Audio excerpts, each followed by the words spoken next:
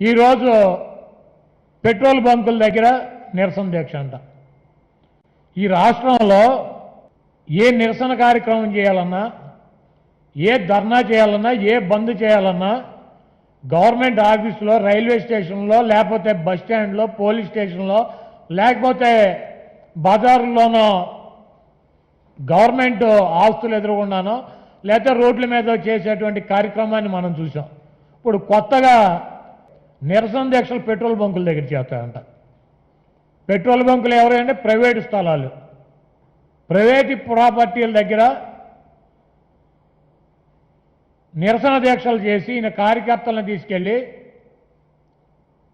Petrol బంకుల మీద దాడిలో బోళ్ళలో చేసి ఈ రాష్ట్రంలో లా అండ్ ఆర్డర్ సరిగ్గా లేదు, ఈ రాష్ట్రంలో లా అండ్ ఆర్డర్ విఫలమైందని చెప్పడానికి తప్పించి వేరే కారణం ఏమైనా ఉందా పెట్రోల్ బంకుల దగ్గర నిరసన దీక్ష చేయడానికి? జీవితం అంతా కూడా అబద్ధాలు, అసత్యాలు. ఈ సన్నాసిని, ఈ వెధవని పెట్రోలు డీజిల్ పోసి తగలబెట్టారు. ప్రభుత్వానికి వ్యతిరేకంగా పెట్రోల్ బంకుల దగ్గర, డీజిల్ బంకుల దగ్గర నిరసన చేస్తాడంట. పెట్రోల్ డీజిల్ ధరలు ఒక రాష్ట్ర ముఖ్యమంత్రి తగ్గిస్తాడా? డీజిల్ పెట్రోల్ ధర ప్రధానమంత్రి తగ్గించాలి, కేంద్ర ప్రభుత్వం తగ్గించాలి. నీకు దమ్ము ఉంటే నువ్వు ఢిల్లీ వెళ్ళు, ఇప్పుడు వెళ్ళు, నల్ల చొక్క వేసుకుని వెళ్ళి అక్కడ చేయి. ఢిల్లీలో పనికిరానిటువంటి వెధవే నువ్వు పెట్రోల్ బంకుల దగ్గర నిరసన చేస్తే ఈ రాష్ట్ర ప్రజలు మళ్ళీ నిన్ను పెట్రోల్ డీజిల్ పోసి మళ్ళీ తగలబెడతాకు సిద్ధంగా ఉన్నారు. నువ్వు చేసేటువంటి లుచ్చా పనులకి నువ్వు ఒక లుచ్చాగాడు అని చెప్పి, నువ్వు ఒక పనికిరాని దద్దమ్మవు అని చెప్పి కేంద్ర ప్రభుత్వాన్ని అడగాల్సినటువంటి కూడా రాష్ట్ర ప్రభుత్వాన్ని అడిగి వాళ్ళ గురించి మాట్లాడక కేసులకు భయపడి దొంగలాగా ఇక్కడెక్కడ తిరుగుతున్నావు అని చెప్పి ఈ రాష్ట్ర ప్రజలకు అర్థమైంది. కాబట్టి నువ్వెన్ని ఇటువంటి నీచపు కార్యక్రమాలు చేసినా, ఎటువంటి అబద్ధాలు చెప్పినా కూడా ప్రజలు అప్రమత్తంగా ఉన్నారు. ఈ రాష్ట్రంలో వసూలు చేసినటువంటి ప్రతి రూపాయిని, అది ఏ రకంగా వసూలు చేసినా కూడా ఈ రాష్ట్రంలో ఉన్నటువంటి నిరుపేదలకి కులాలు చూడకుండా, మతాలు చూడకుండా, వాళ్ళ పిల్లల చదువుల కోసం, వాళ్ళు ఉండటానికి కట్టించేటువంటి ఇళ్ల కోసం, వాళ్ళకి ఆరోగ్య సమస్యలు వచ్చినటువంటి పరిస్థితుల్లో ఈ రాష్ట్రంలో ఉన్నటువంటి అనేక మెడికల్ కాలేజీలు కావచ్చు, అప్రమరమైన స్కూల్స్ కావచ్చు, హై స్కూల్స్ కావచ్చు, కాలేజీలు కావచ్చు, హాస్పిటల్స్ కావచ్చు, రోడ్లు కావచ్చు, వీటి అభివృద్ధికే ఈ రాష్ట్ర ప్రభుత్వం చిత్తశుద్ధితో పనిచేస్తుంది. కాబట్టి ఈ రాష్ట్ర ప్రజలు ప్రజాస్వామ్యంలో ఓటు ద్వారా నాయకుడికి ఆశీస్సులు ఇస్తారు. అట్లాగే 115, 16, 17 రూపాయల దాకా పెట్రోల్ని తీసుకెళ్ళినటువంటి గనులు ఇవాళ వారు రోడ్ల మీదకు వస్తాం, ఆంధ్రప్రదేశ్ ప్రభుత్వం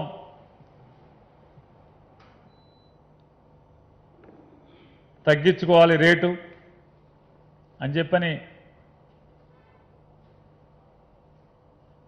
ఉత్తర కుమార ప్రగల్భాలు పలకటం చూస్తుంటే అసలు రాజకీయ నాయకులకి సిగ్గు ఎగ్గు ఉండదని ప్రజలు ఎందుకే అనుకుంటున్నారా అనిపిస్తూ ఉంటుంది.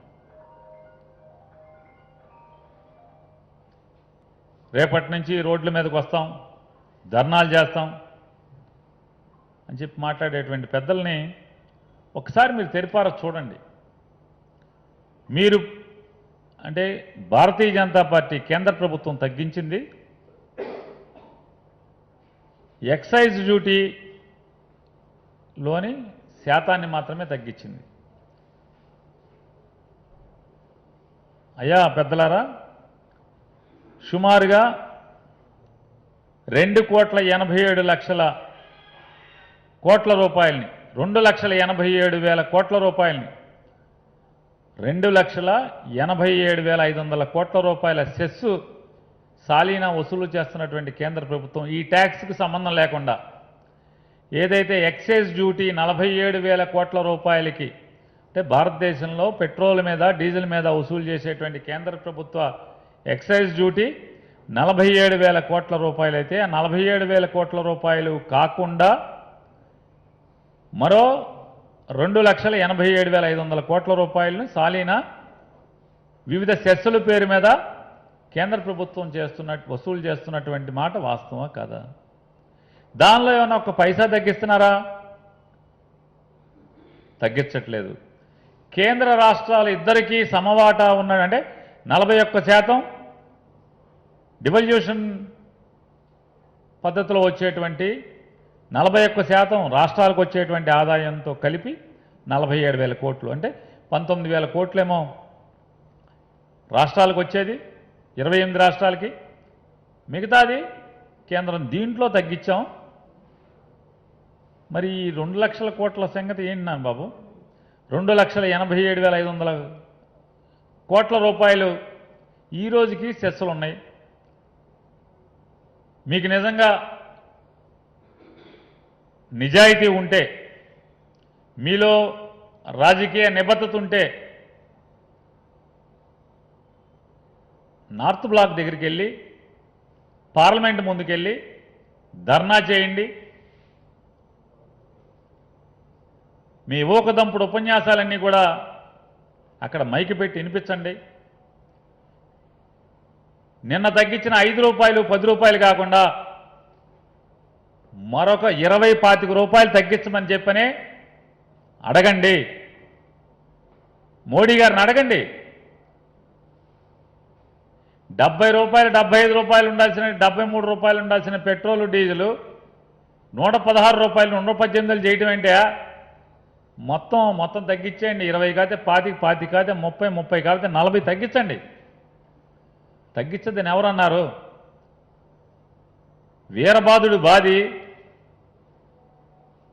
ఇవాళ ఉండాల్సినటువంటి ధర 70-80 రూపాయలు ఉంటే ఆ రోజు నుంచి క్రూడ్ ధర పెరగకుండా ఉన్నప్పటికి కూడా ఇక్కడ దాకా తీసుకొచ్చి ఏదో దయాద్ర హృదయుల్లాగా భారతీయ జనతా పార్టీ అంటే అసలు ప్రజల మీద విపరీతమైన మమకారం, ప్రేమ,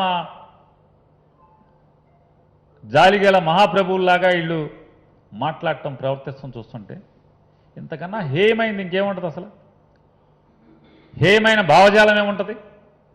ఇంతకన్నా నీచంగా ఇంకేముంటుంది? తగ్గించండి. మా రాష్ట్రానికి కూడా వచ్చే వాటా తగ్గుద్ది. అయినా మేము సిద్ధమే. ఈ 47,000 కోట్ల నుంచి కొంత ఎందుకు తగ్గించడం? 5 రూపాయలు 10 రూపాయలు ఎందుకు తగ్గించడం?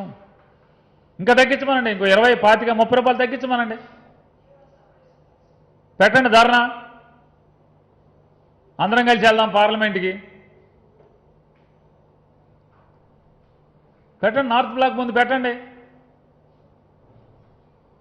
కావాలంటే వ్యక్తిగతంగా పేరు నాని కూడా వస్తాడు మీతో పాటు, కూర్చుందాం అక్కడ. నేను కూడా వస్తా. మాట్లాడండి. ఇక్కడ దంచే ఊకదంపుడు ఉపన్యాసాలను అక్కడ దంచండి.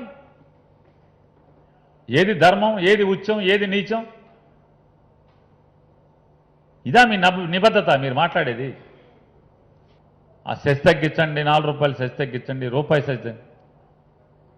అయ్యా, రోడ్ల నిర్మాణం పేరుతో కేంద్ర ప్రభుత్వం పెట్రోలు డీజిల్ మీద వసూలు చేస్తున్నది 1,98,000 కోట్ల రూపాయలు సాలీనా వసూలు చేస్తున్న సంగతి మీరు ఒకసారి గుర్తుపెట్టుకోండి. రోడ్ల నిర్మాణం మరమ్మతుల పేరుతో పెట్రోలు డీజిల్ మీద భారతీయ జనతా పార్టీ నడుపుతున్నటువంటి కేంద్ర ప్రభుత్వం వసూలు చేస్తున్నది సెస్ పేరుతో 1,98,000 కోట్ల రూపాయలని పెట్రోలు డీజిల్ మీద వసూలు చేస్తున్న పరిస్థితి. మీరు ఒకసారి వెళ్ళి ఎవరినైనా అడగండి. మీకు తెలియకపోతే కేంద్రంలో ఉన్న పెద్దలను అడగండి. ఇక్కడ చంద్రబాబు రాసిచ్చింది నోటుకొచ్చింది మాట్లాడతాం కాదు. అక్కడ తెలుగుదేశం పార్టీ ఆఫీసులో టైప్ కొట్టి మనకు మెయిల్ చేస్తే అవి ఇచ్చుకుని మాట్లాడితే ఏం ఉపయోగం ఉంటుంది?